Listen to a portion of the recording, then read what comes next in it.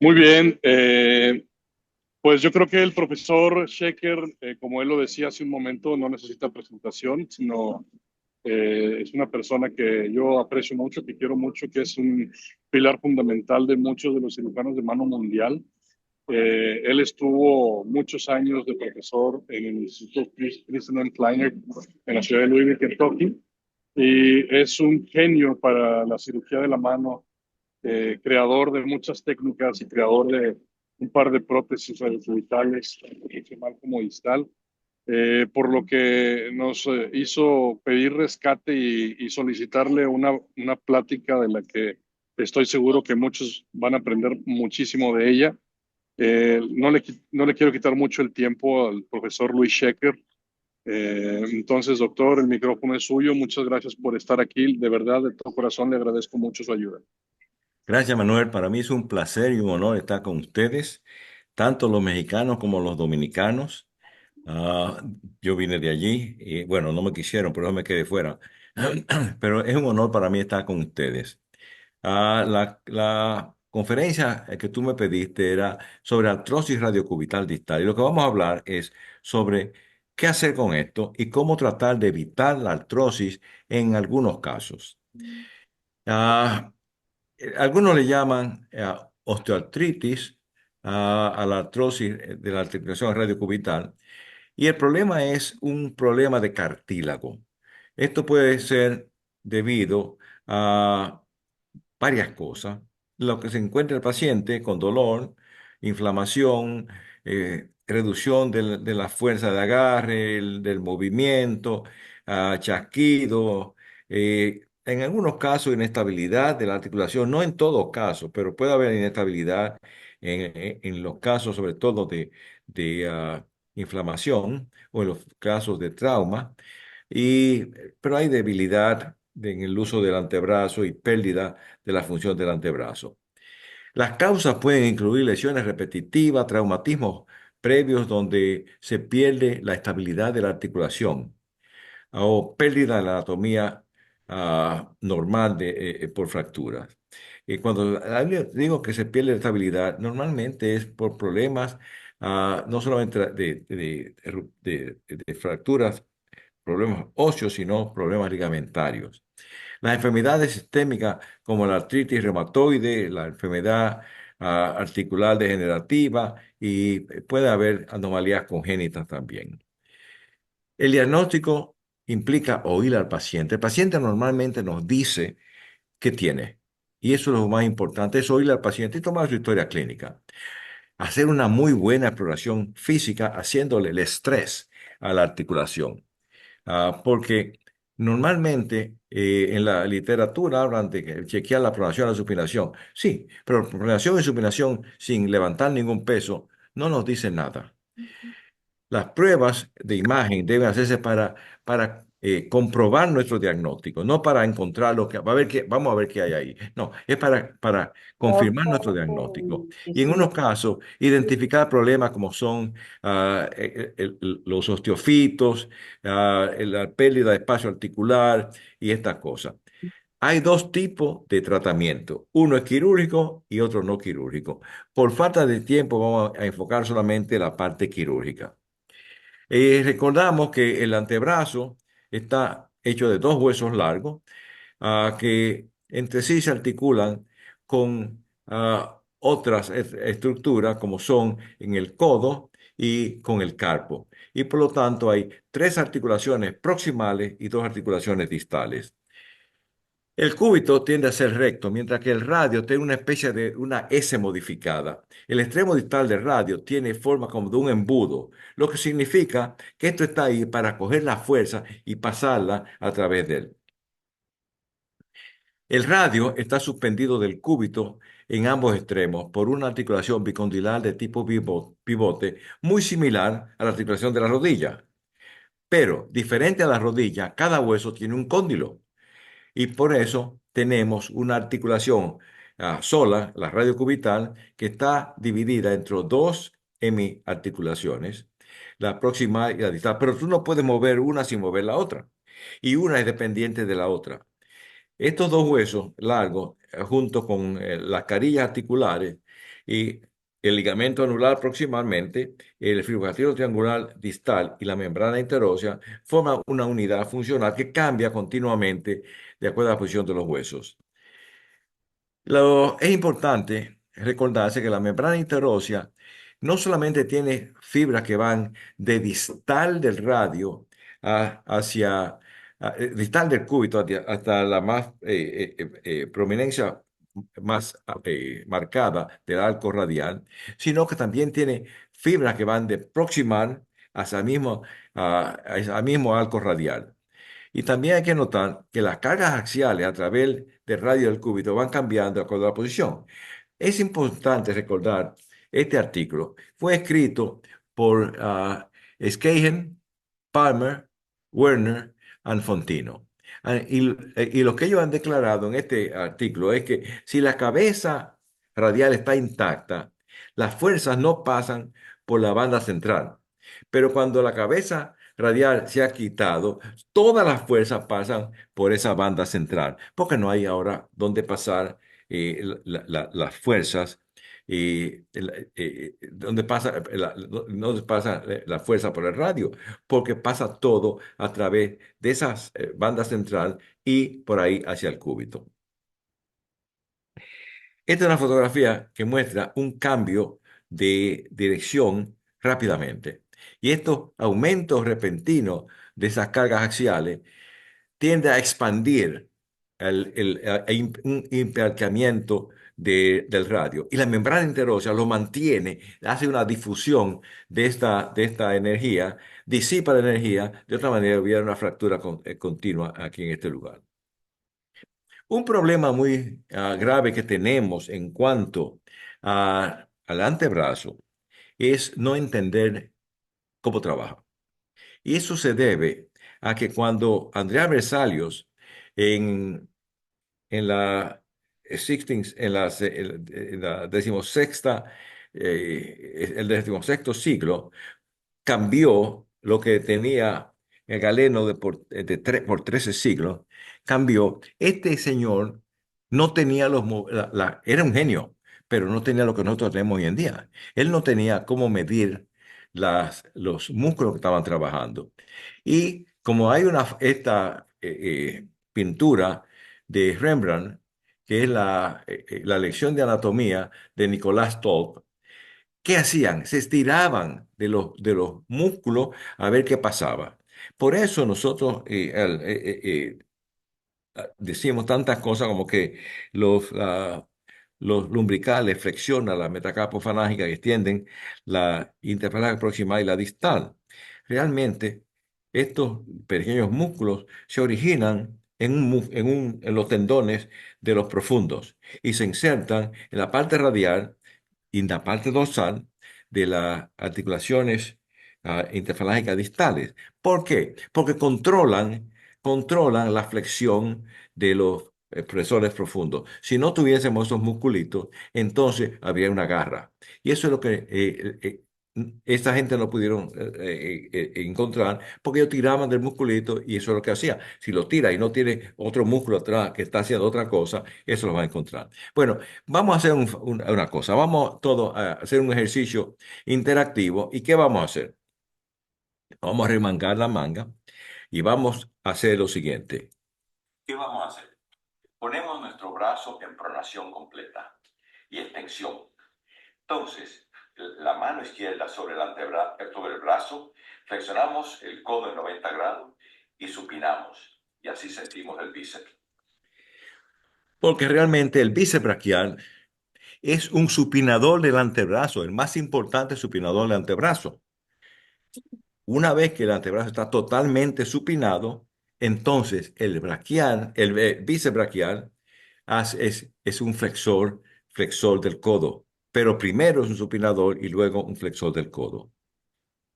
Ahora, ¿qué vamos a hacer? Chequear el brachioradialis. Flexionamos el codo 90 grados.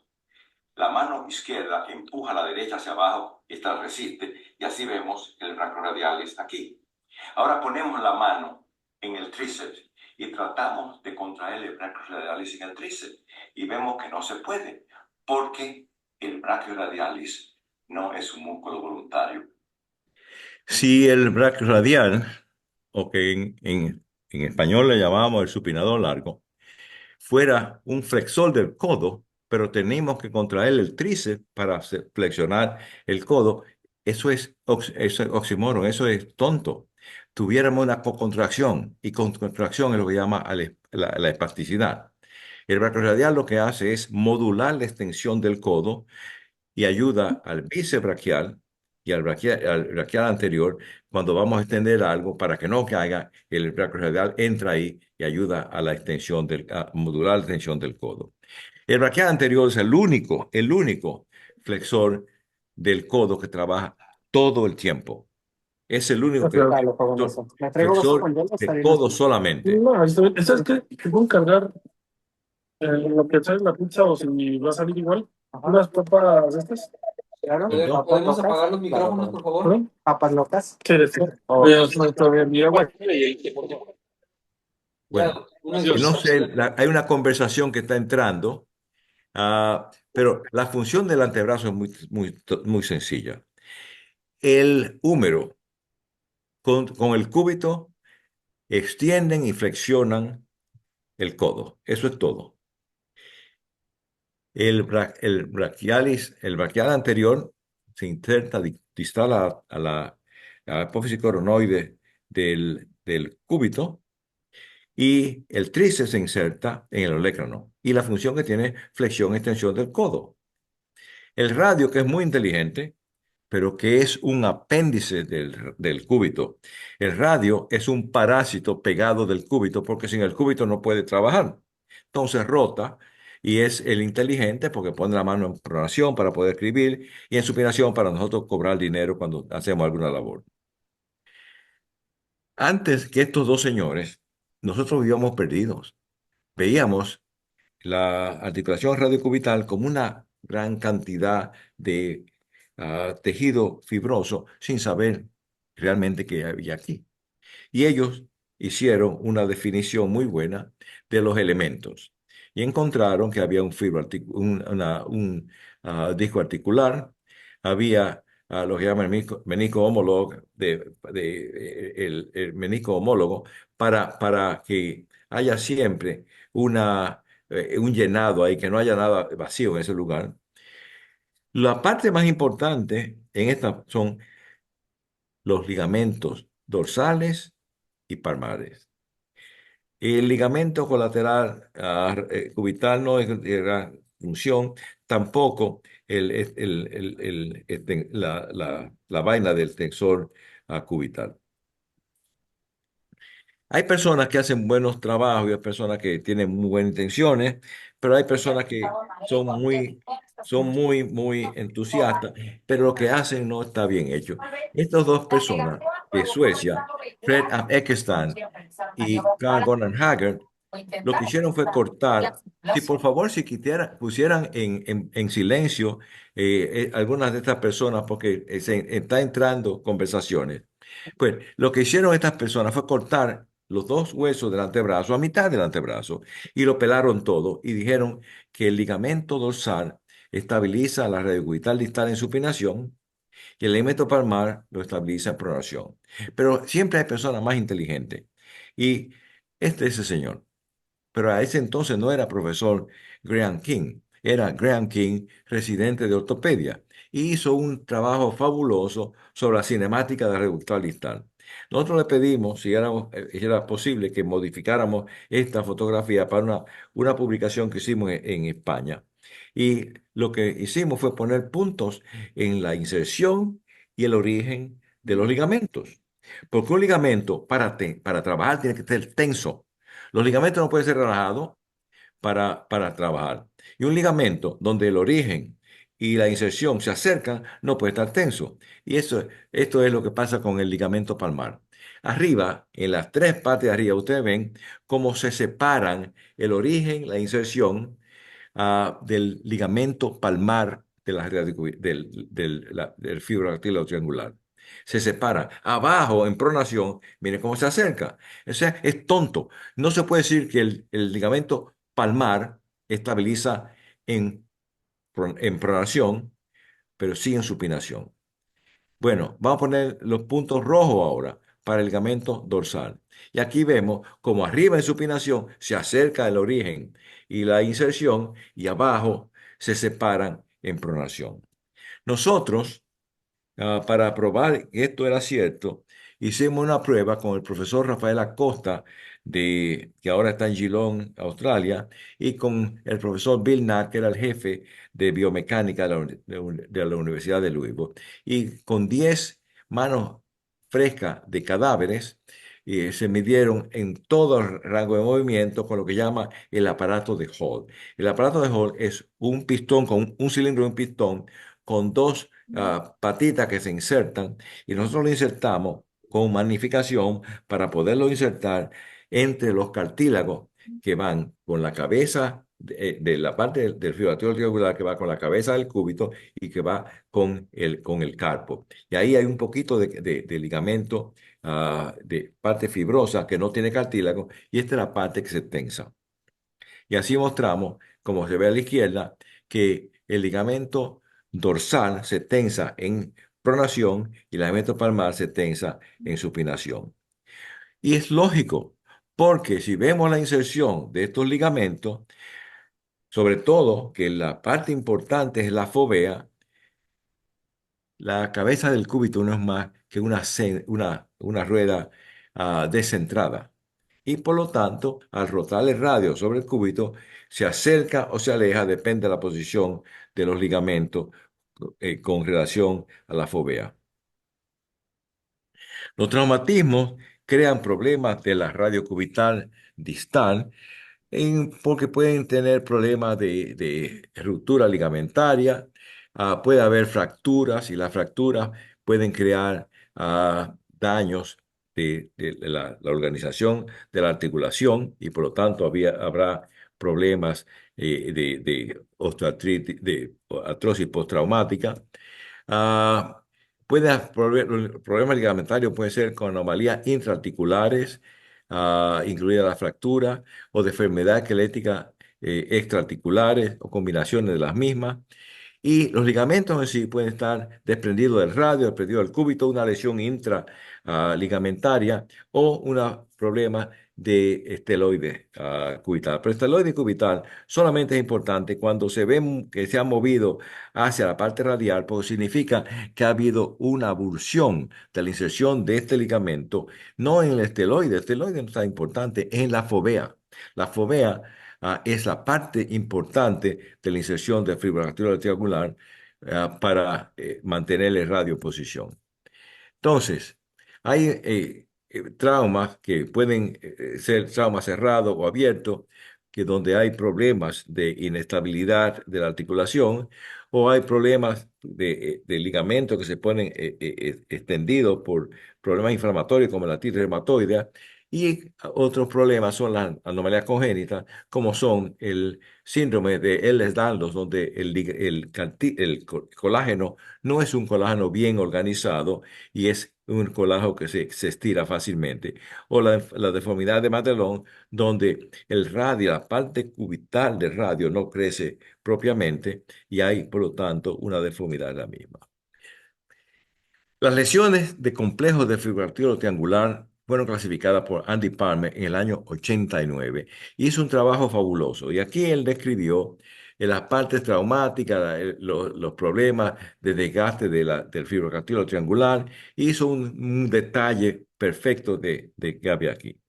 En el año 94, la gente de la Clínica Mayo, Bill Cooney, Ron Lindsay y John Dobbin, ah, evaluaron casos que habían hecho antes de los años 80 y encontraron 56 casos donde había lesiones de fibroblastos triangular. Y en eso hubo 11 resultados excelentes. Y esos 11 estados excelentes fueron casos donde para ver el defecto en el fibrocartílago se hizo una osteotomía del cúbito y se separó todo para ver el cúbito, ver el fibrocartílago desde el lado del cúbito, porque entonces no había artroscopía. Usted no sabe los dichosos que son ustedes hoy en día, que tienen artroscopía para verlo todo sin tener que hacer tanta maniobra. Pero estos casos, esos 11 casos, al hacer el corte del cúbito para poder ver esto, hubo realmente un acortamiento cubital y esto quitó la presión y mejoró a los pacientes. Porque, ¿qué pasa? Ellos describieron cuatro tipos de lesiones del fibroblastima triangular. Nosotros sabemos que esas lesiones redondas son degenerativas. ¿Y por qué sabemos eso? Porque hay gente inteligente como Misick, que en el año 1978, en el Journal de Anatomía, dijo que hizo una prueba con 180 articulaciones de 100 cadáveres que iban desde los fetos hasta los 94 años y encontró que la perforación degenerativa aparecían en la tercera década de la vida. Eso significa de los 20 a los 30 años de la tercera década. Y había 7,6% de personas que tienen un agujero en el centro del equilátero triangular. En la cuarta generación, de los 30 a los 40, había 18,1 y en la quinta generación, bueno, por favor, cierra el micrófono, por favor, gracias. En la cuarta generación había 40%. Me imagino que para nosotros a esta edad, quizás no tenemos ya ningún fibrocrátero triangular, pero lo que es importante saber que esas lesiones centrales no son importantes. No son importantes porque los ligamentos están en la periferia. Eso es el engrosamiento de la periferia del fibroblastima triangular. Eso es lo importante. El centro es avascular.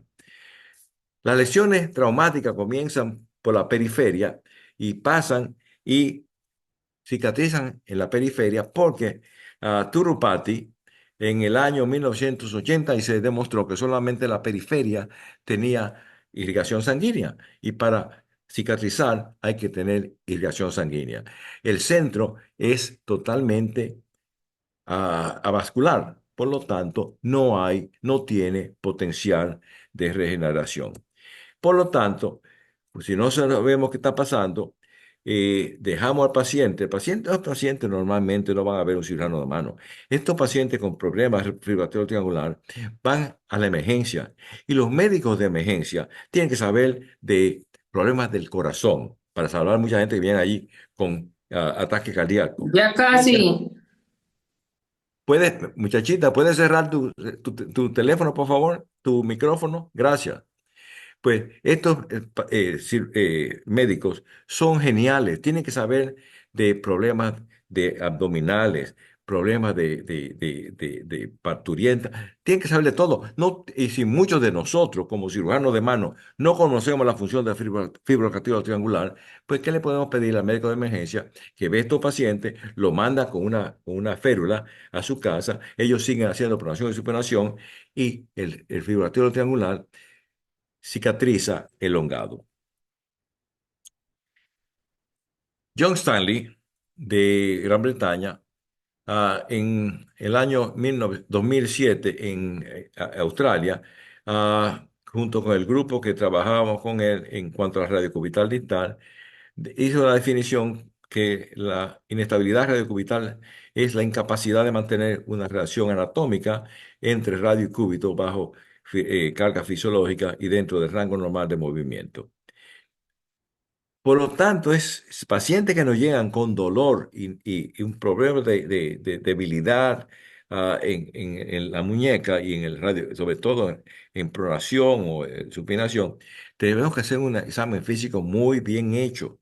Y lo que tenemos que hacer es coger ambas muñecas y poner el rango de movimiento y hacerle un estrés sin tocar la articulación. Simplemente tratamos de poner algún tipo de estrés entre el radio y el cúbito en cada posición y así ver dónde el paciente tiene dolor.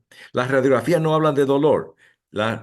El examen físico es lo más importante que nosotros podemos hacer. No solamente en esto, en todo lo que hacemos. El examen físico es importante. Oír al paciente que nos dice lo que tiene.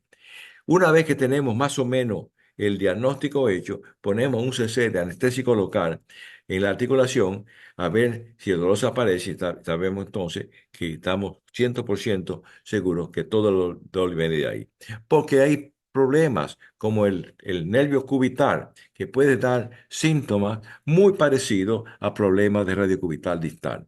Hay problemas de artritis en esa área, hay problemas de tendinitis del tensor, del tensor cubital. Así que todo esto nos puede dar una información errada. Por lo tanto, tenemos que hacer un examen físico muy completo y sobre todo el CC de anestésico local nos va a confirmar la- el diagnóstico.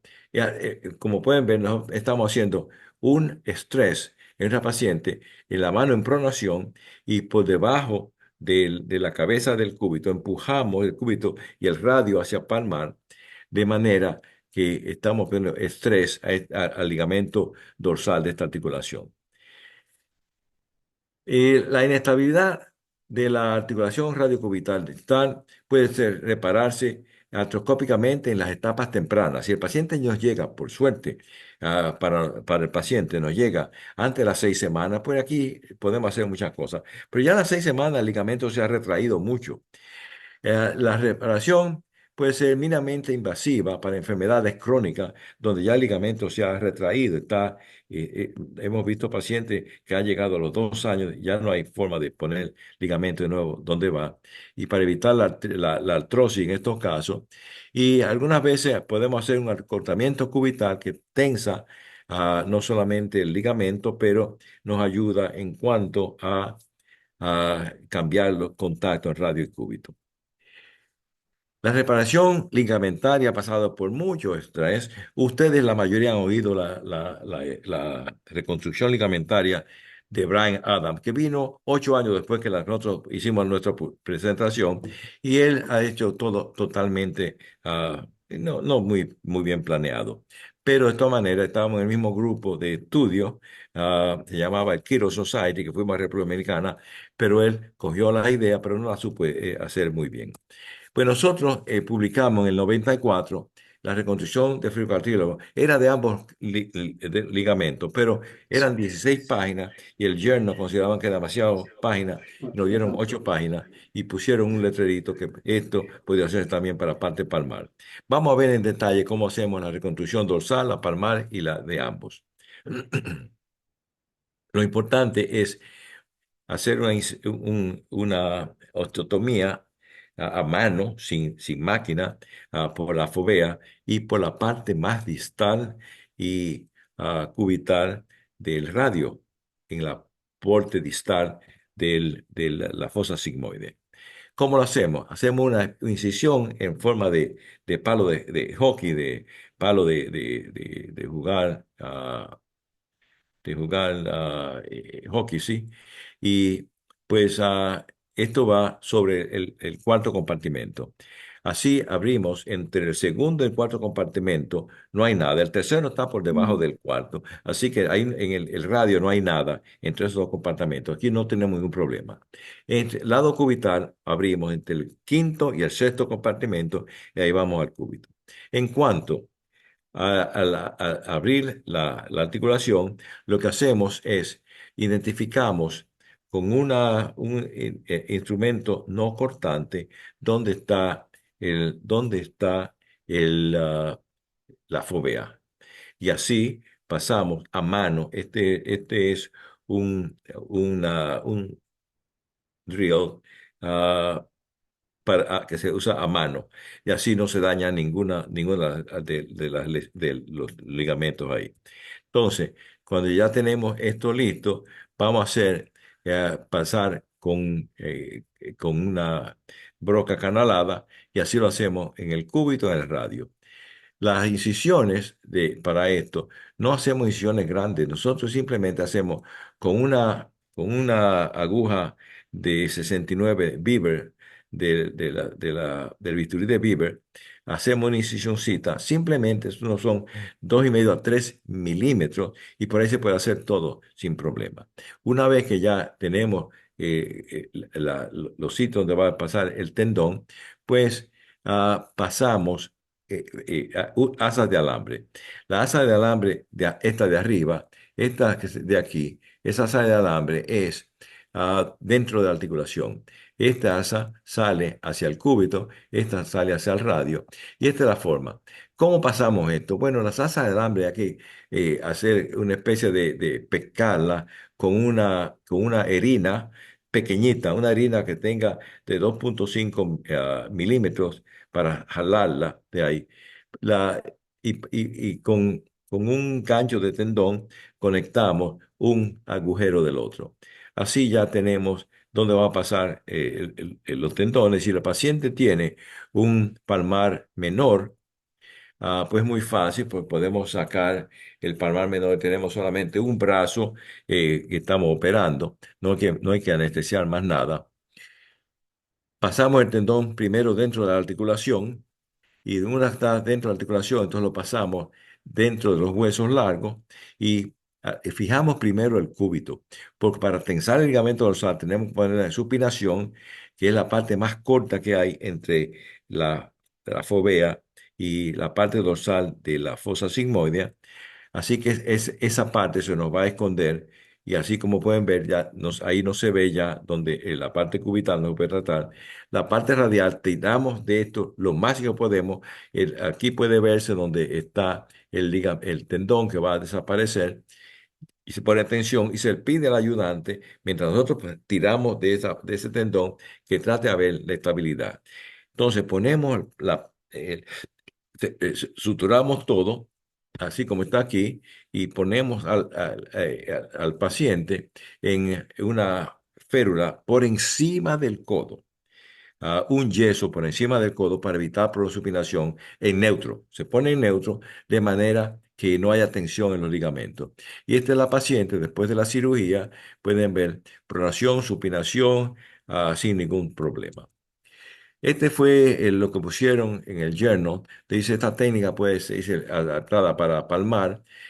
Eso fue para evitar darnos otras 8 páginas. Y esto es lo que se ve cuando hay una paciente con la inestabilidad palmar. El ligamento palmar es que está dañado aquí y el radio se va hacia dorsal. En el ligamento dorsal, el radio se va hacia palmar. Aquí se puede ver que hay un surco vacío aquí en la parte dorsal del cúbito y esta paciente lo que tiene una estabilidad y la gente dice, tiene un cúbito prominente. No, no, no, no, no, el cúbito está en su lugar. Lo que se ha caído hacia dorsal es el radio. El cúbito está en su lugar donde tiene que ir. Pero en estos casos lo que tenemos que hacer es hacer una reconstrucción del ligamento palmar. Se hace la parte dorsal como la parte por el ligamento dorsal, pero se hace una parte palmar para pasar el tendón por la parte palmar de la fosa sigmoidea.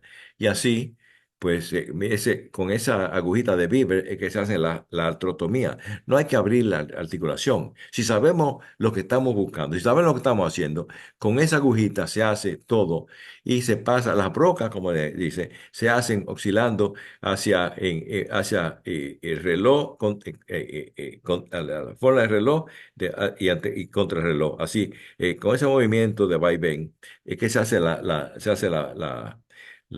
osteotomía en la articulación. En la parte proximal de los huesos hay que usar máquina porque es hueso cortical muy duro. Perdón. Y así se pasa la broca de palmar a dorsal. Se pasa entonces los ligamentos, el tendón se pasa de palmar, se pasa por la fovea y se pasa hacia palmar está dentro de la articulación y entonces se pasa de ahí una vez hacia atrás por el radio y ya se cierra como se hizo el otro caso y esta es la paciente, ya no se ve ningún tipo de prominente, el cúbito prominente porque el radio no se puede caer hacia dorsal. Y en algunos casos tenemos pacientes que vienen con una abulsión completa del ligamento y no hay forma que se puede poner el ligamento en su lugar y usamos injerto tendinoso también. Esta es una paciente, abogado, de 25 años, pero era la mejor beisbolista, jugaba voleibol y se tiraba al suelo para salvar una bola. y pues tenía inestabilidad por 2 años y el padre, que era, que es un radiólogo intervencionista, nos pidió que la viéramos y encontramos tener estabilidad completa ambos ligamentos. Se hace las mismas cosas, la parte palmar, la parte dorsal, se pasan los ligamentos, perdón, de la fovea y el radio se pasa en ambos lados, en ambas direcciones. En estos casos, si tienen un tendón plantar, es muy bueno, pero si no tiene, entonces hay que coger un extensor, coger extensores de los dedos del pie. Aquí tuvimos suerte, pudimos hacerlo todo y hasta la paciente. No, estos pacientes, todos hay que ponerlo en neutro, porque en neutro no hay tensión en ninguna parte del fibrocartílago triangular. Así que se deja por cierto tiempo. Esta es la paciente a los 3 meses y la misma paciente ya a los 2 años, donde no hay ninguna inestabilidad y tiene un movimiento completo sin ningún tipo de problema.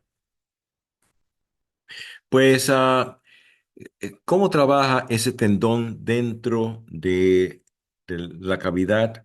Bueno, Lundborg en 78 mostró que poniendo un tendón con una suturita en la rodilla de un conejo, el tendón cicatrizaba, porque el tendón se nutre con el líquido sinovial. Y más importante fue también el trabajo de Mandía, de las Islas Canarias, que encontró que tú pones tendón por hueso esponjoso, se crean anclajes óseos similares a las fibras de Sharpie. Bueno, todo lo que hicimos esto fue para evitar la artrosis postraumática. En algunos casos es posible que haya una artrosis postraumática temprana y en estos casos podemos hacer un acortamiento cubital que nos permite cambiar el contacto entre el radio y el cúbito y darle una mayor vida a la articulación. Y esto podemos hacerlo también cuando hay un poquito de varianza cubital positiva o cuando hay inestabilidad cubital distal porque tensa los ligamentos. Pero lo más importante, fíjense cómo se distribuyen las fuerzas. El cuchillo corta, pues se concentra mucha fuerza en muy poco espacio. Eso estaba pasando en la parte de arriba de la articulación, donde la parte proximal de la cabeza del cúbito estaba erosionando el cartílago en la fosa sigmoide. De hacer un acortamiento, el dolor se fue. Nosotros hicimos un trabajo con el doctor Severo de los casos que habíamos hecho. Habíamos hecho 92 casos de acortamiento cubital y encontramos que un 57% mejoraban simplemente con el acortamiento cubital.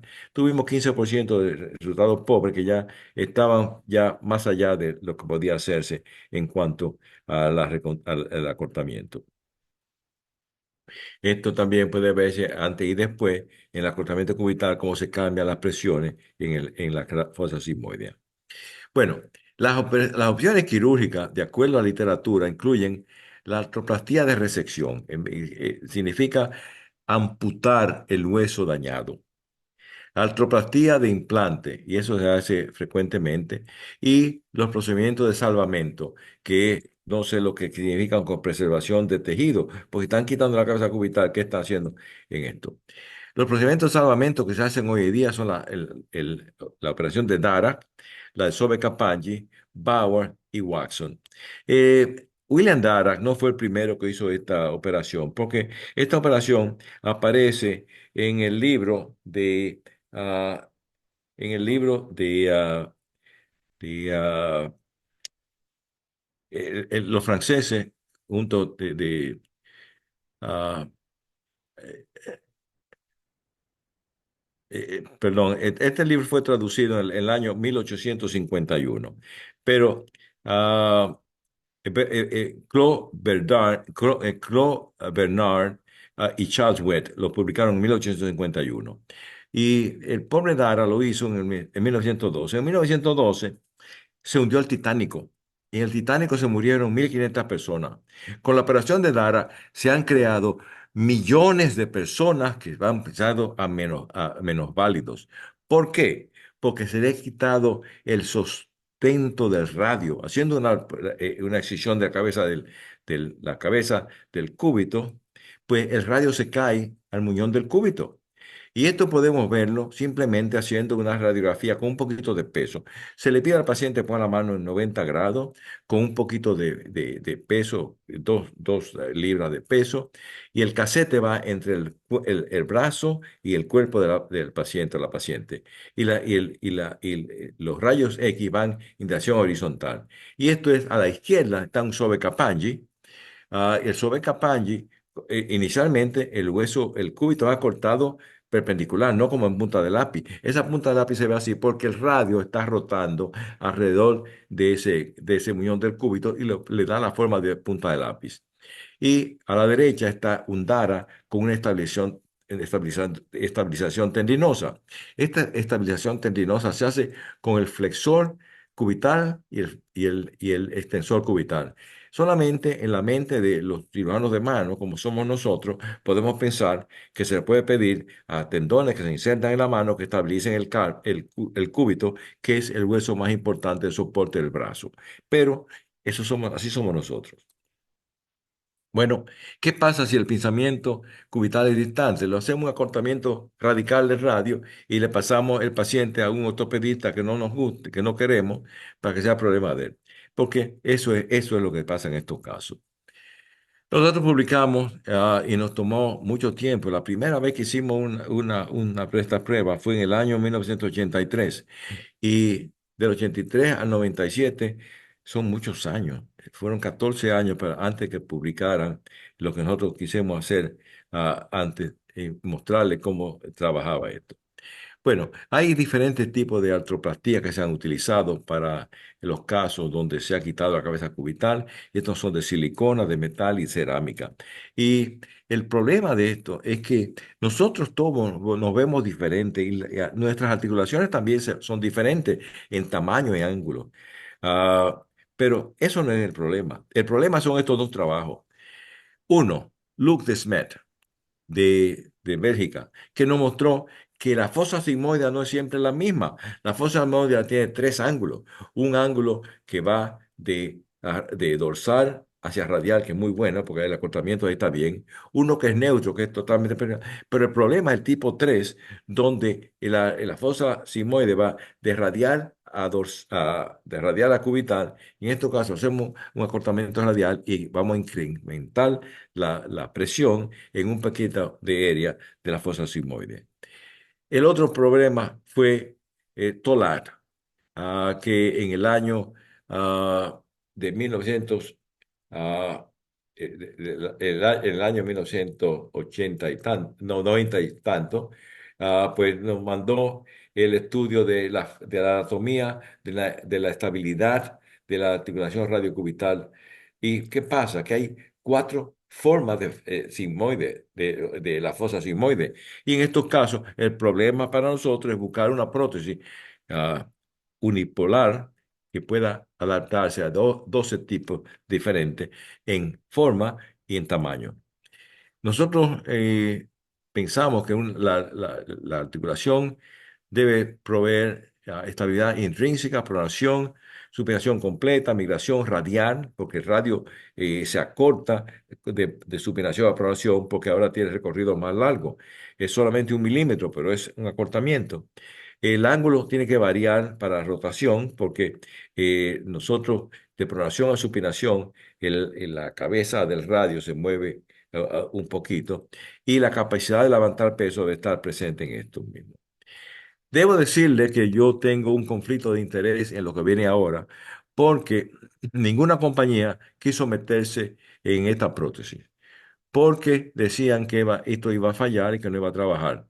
Pero ha trabajado y ahora que han venido que quieren participar, no nos interesa la ayuda, pues hoy en día no la necesitamos. El brazo total radiocubital dista una prótesis bipolar y la placa tiene una hemifosa que reemplaza la función de la fosa sigmoidea. El vástago cubital junto con una bola de alto peso de polietileno de alto peso, de ultra alto peso molecular, reemplazan la función de la cabeza del cúbito y la cobertura con un tornillo transversal reemplaza la función del fibroactivo triangular. Esta prótesis se ha implantado en pacientes con artritis postraumática, degenerativa e inflamatoria, anomalías congénitas, después de recesión tumoral y tras fallo de otros procedimientos. Aquí hay unos casos que presentamos donde otra cosa no pudo ser hecho, como esta pobre paciente. Ella fue operada a los 30 y tantos años, 31, 32 años, porque tuvo la fractura del radio. Y en ese entonces no habían las plaquitas bonitas que tenemos ahora. Ustedes no saben lo dichosos que son. En ese entonces no había nada.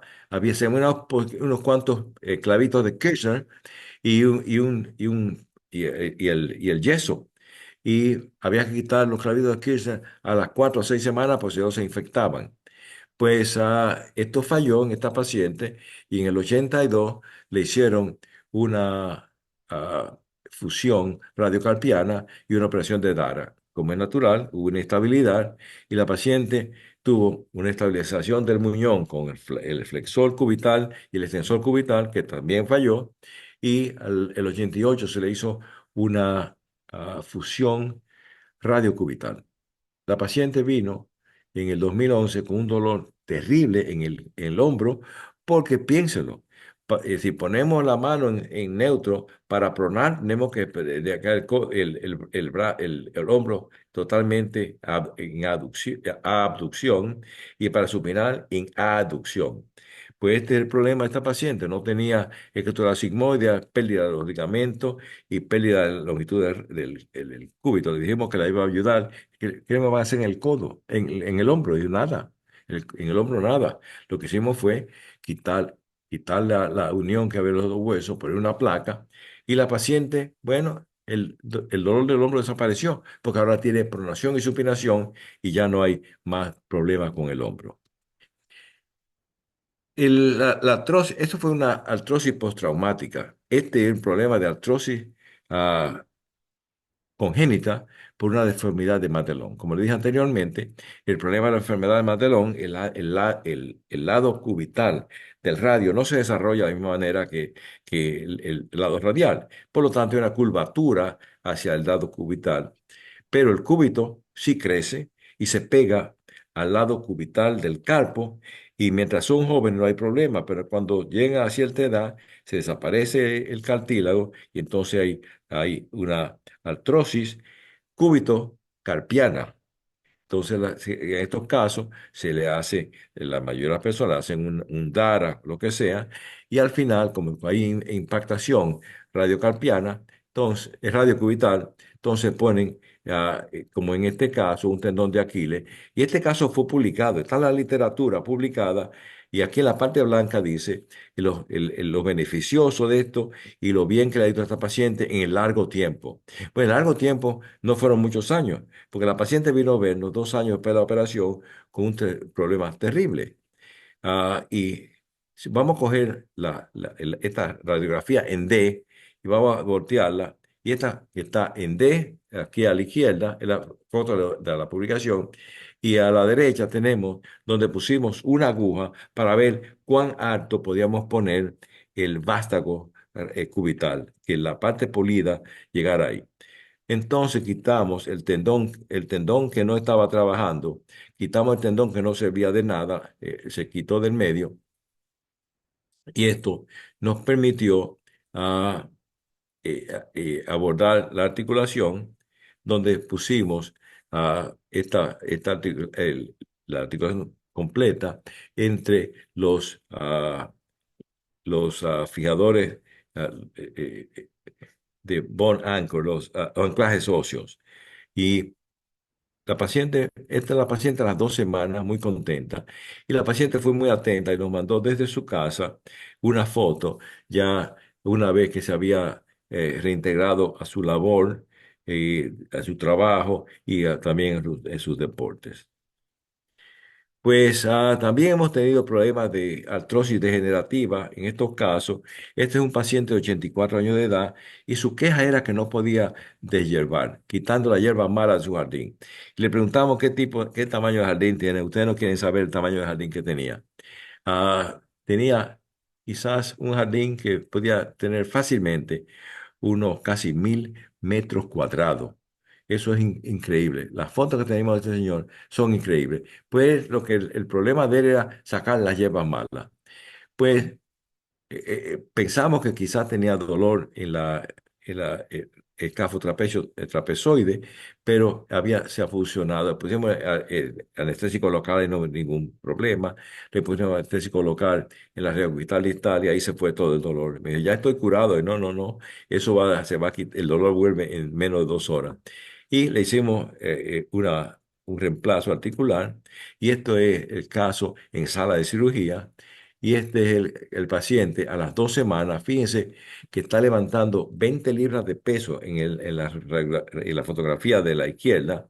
Y si pueden ver, el paciente todavía tiene los puntos.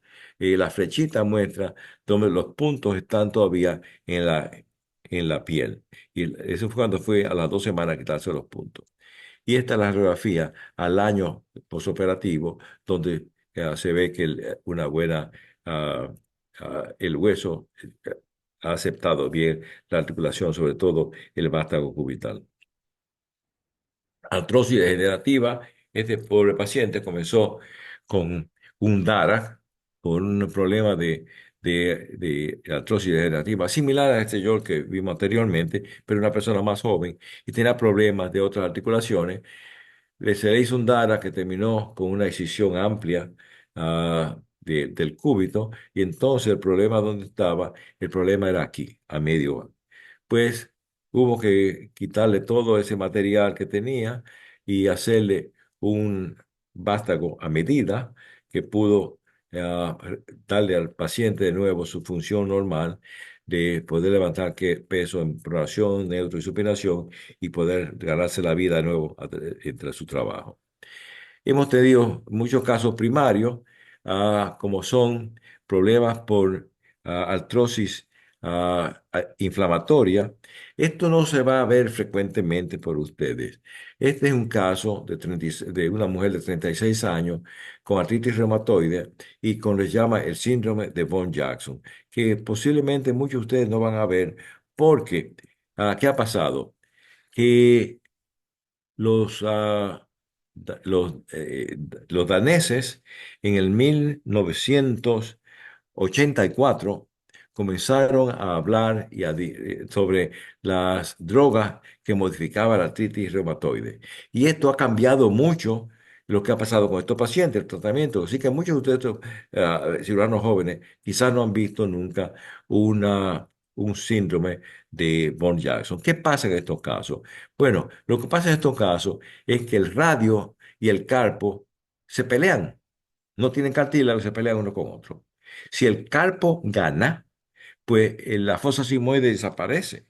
Si la fosa sigmoide desaparece, el radio se va cortando, no hay cómo acomodar el cúbito en su lugar y el radio no tiene soporte. El radio se cae hacia palmar, el cúbito se queda en su lugar, pero ahora los tendones extensores están pasando por ahí donde hay una cabeza denudada de cartílago.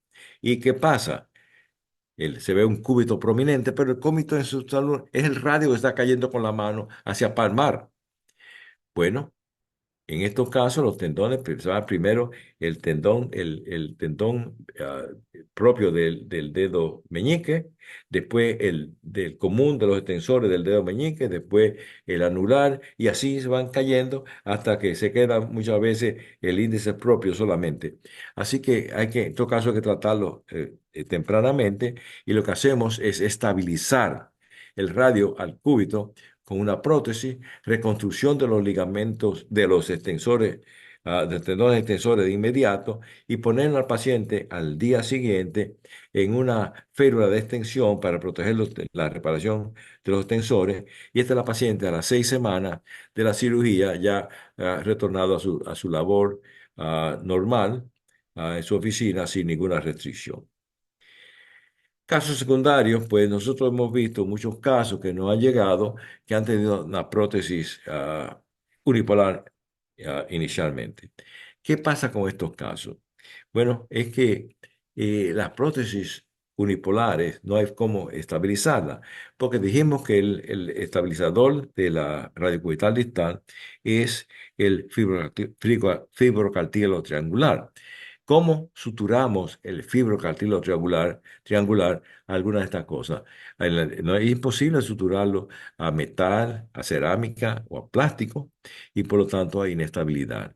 Hay aflojamiento prostésico porque el vástago es cortito y muy finito. Y hay erosión ósea porque a los huesos no les gusta que nada roce contra ellos. Y no sé si ustedes, alguno habrá visto una prótesis de Austin Moore, que todos terminaban casi metiéndose en la pelvis. Muchos se metieron en la pelvis. Pues este paciente tuvo 3 cirugías tratando de estabilizar lo que se llama la Stability Sigmoid Notch,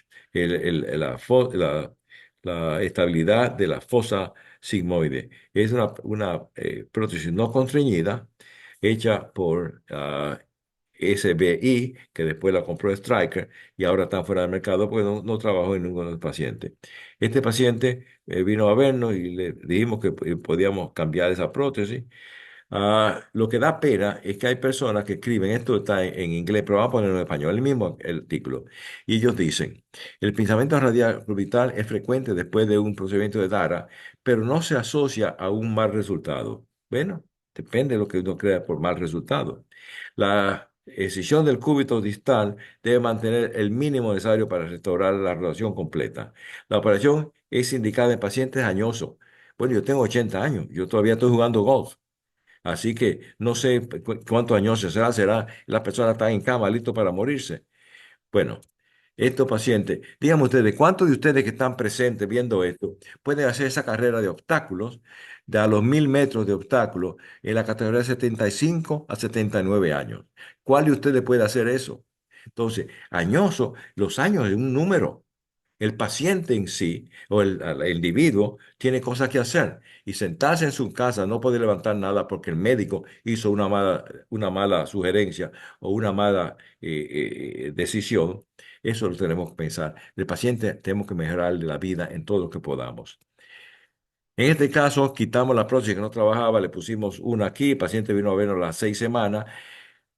Cuando vino a vernos, vino a ver en una oficina donde no teníamos las pesas bonitas y le decimos el rango de movimiento del mismo, ambos brazos, le pedimos si podía levantar algo y él fue muy atento, nos mostró que sí, él podía levantar y con mucha facilidad pudo levantar la banqueta esta.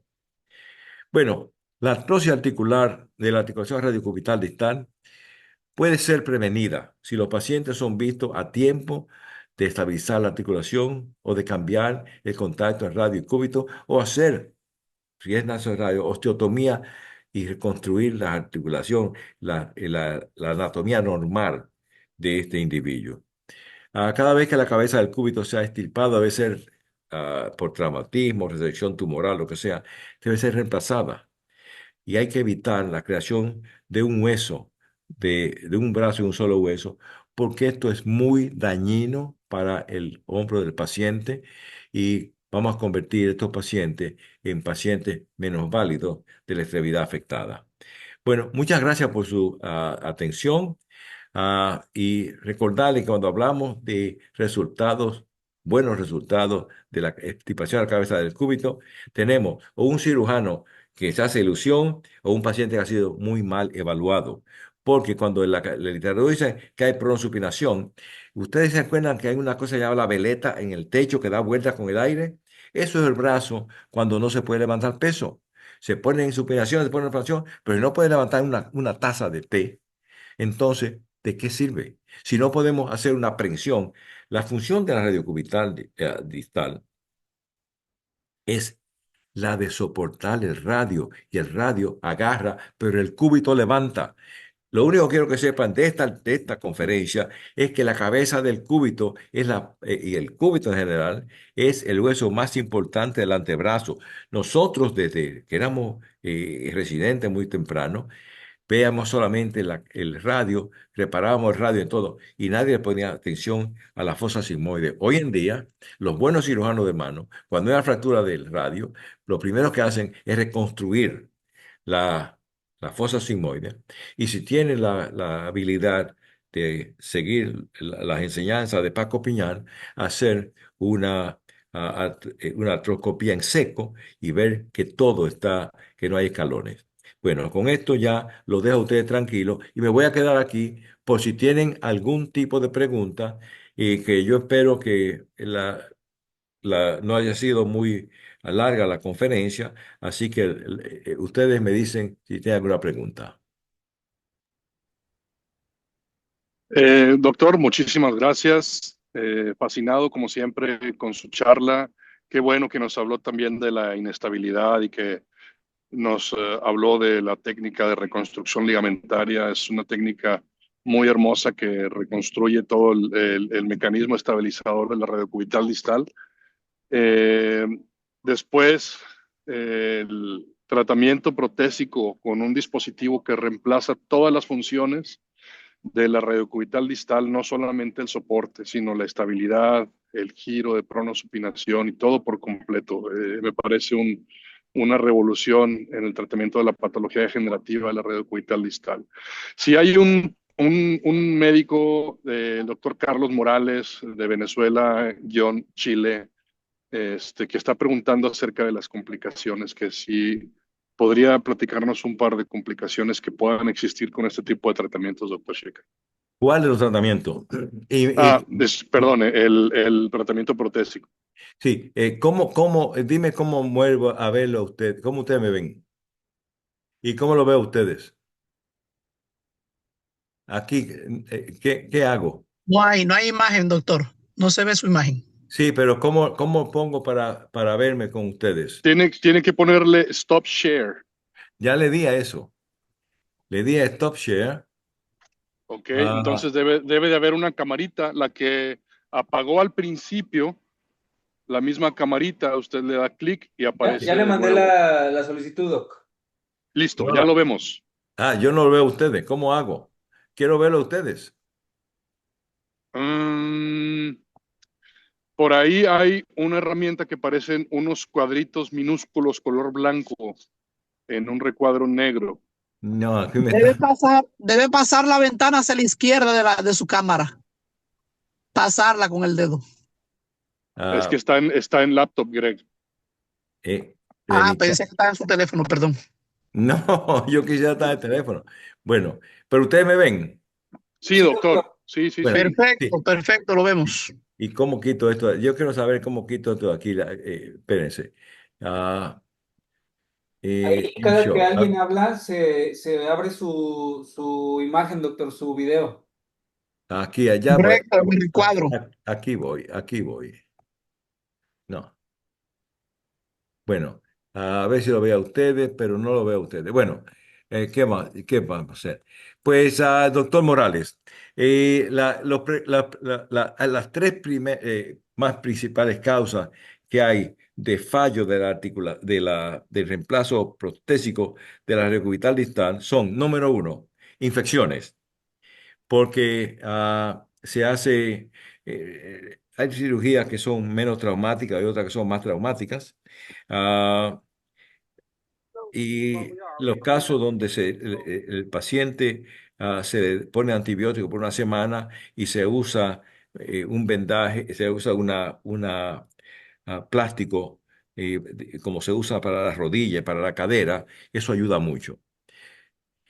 Eso es uno de los fallos. Otro fallo que puede haber es aflojamiento. Los aflojamientos pueden ser por infección, como dije anteriormente, puede ser porque haya una alergia a metales, que normalmente la gente sabe si hay alergia al níquel, porque no pueden usar joyas, no pueden usar joyas de esas baratas, pero muy pocas personas saben o han estado en contacto con cromo cobalto.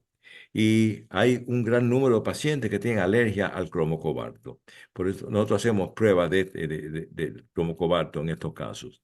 Y lo último es un caso donde el aflojamiento viene por una mala técnica quirúrgica donde se ha puesto un vástago que no ha sido puesto a presión, donde desde el principio ha habido movimiento y como es natural hay tantas cargas ahí, por eso que nosotros tenemos 11 centímetros dentro del cúbito para que se pueda disipar las cargas en el cúbito. Esos son los casos principales.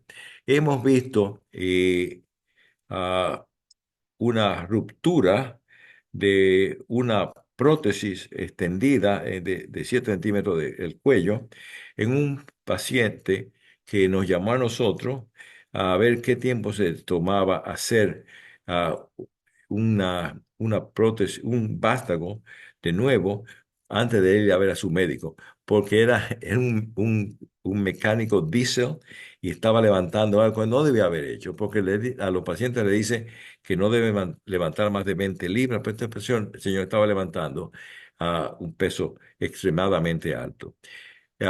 Nosotros no vemos, las bolas no se dañan, ni hay partículas sinovíticas, partículas pequeñas, porque hay muy poco juego entre la bola y el metal de la prótesis.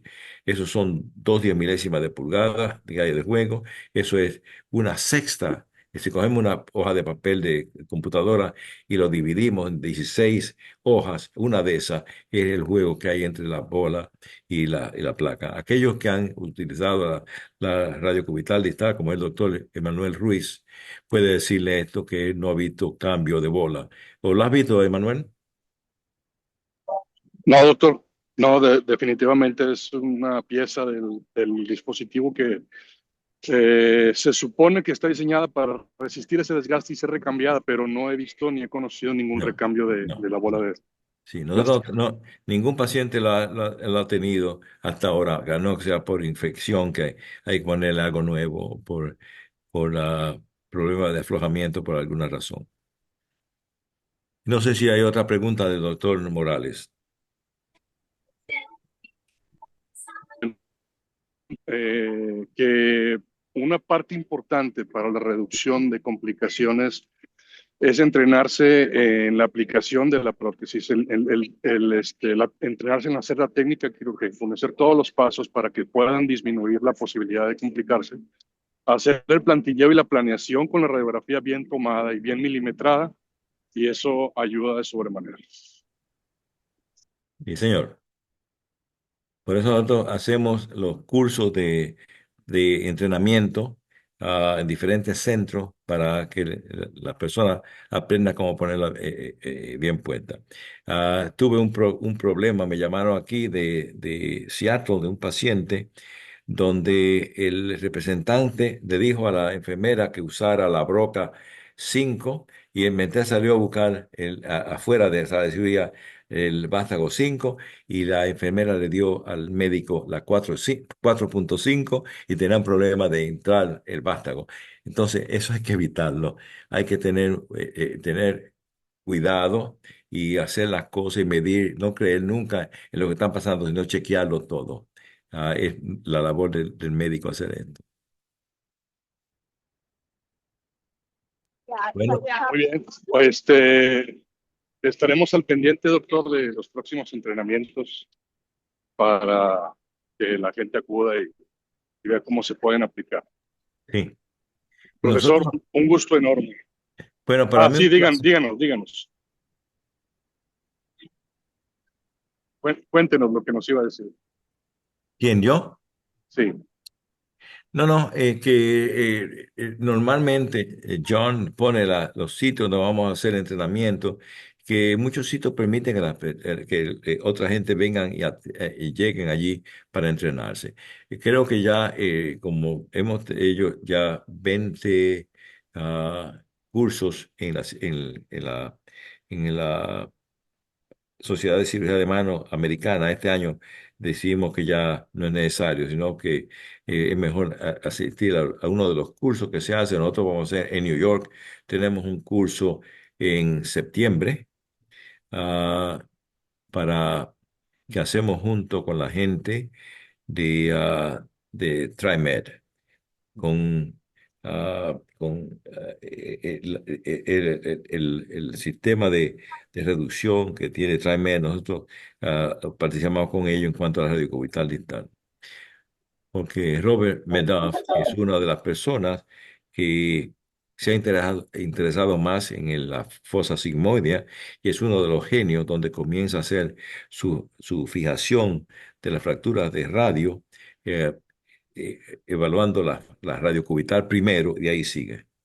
Porque una persona con una buena radio cubital y una radiocarpiana fusionada tiene una buena mano. Una persona con una radiocarpiana buena, pero sin radio cubital distal, no tiene un brazo funcional. Así que lo que es más importante es siempre que se pueda posible comenzar la reducción de fracturas de radio distal, por, por la fosa sigmoide. Pues ya, muchas gracias a todos ustedes. Ha sido un placer. No sé cuántos de ustedes estaban presentes, pero siempre es un honor poderme comunicar con la gente joven. Yo vivo mi cirugía a través de ustedes. Muchas gracias, profesor. ¿Me escucha? Sí, sí, sí, sí, Muy Manuel. bien, pues tuvimos una audiencia de aproximadamente 40 asistentes. México, Dominicana fueron los principales. Entonces, como siempre, un placer y un gusto enorme en saludarlo y en estar con usted escuchándolo. Eh, Estamos a sus órdenes, doctor. Lo que se ofrezca, estamos para servirle. Muchísimas gracias, muy agradecido de corazón, por haber estado en nuestro programa de fellowship. Y ya sabe, cuenta conmigo para lo que sea.